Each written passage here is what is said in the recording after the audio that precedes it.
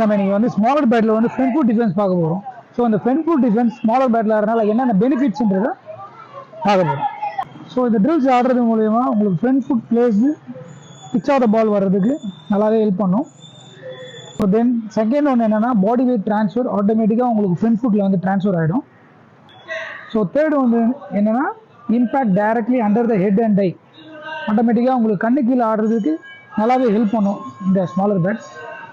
So இந்த smaller battle ஆடுறது மூலமா உங்களோட பாடி அலைன்மெண்ட் ஆட்டோமேட்டிக்காக ஒர்க் ஆக ஆரம்பிச்சிடும். ஸோ ஃப்ரண்ட் ஃபுட் டிஃபென்ஸில் இந்த ஃபிகர் ஆஃப் 9 மெயின்டெனன்ஸ் ரொம்ப ரொம்ப முக்கியம். ஆட்டோமேட்டிக்காக உங்களுக்கு ஸ்மாலர் பேட்டில் ஆடுறதுனால நல்லாவே ஒர்க் ஆக ஆரம்பிச்சிடும்.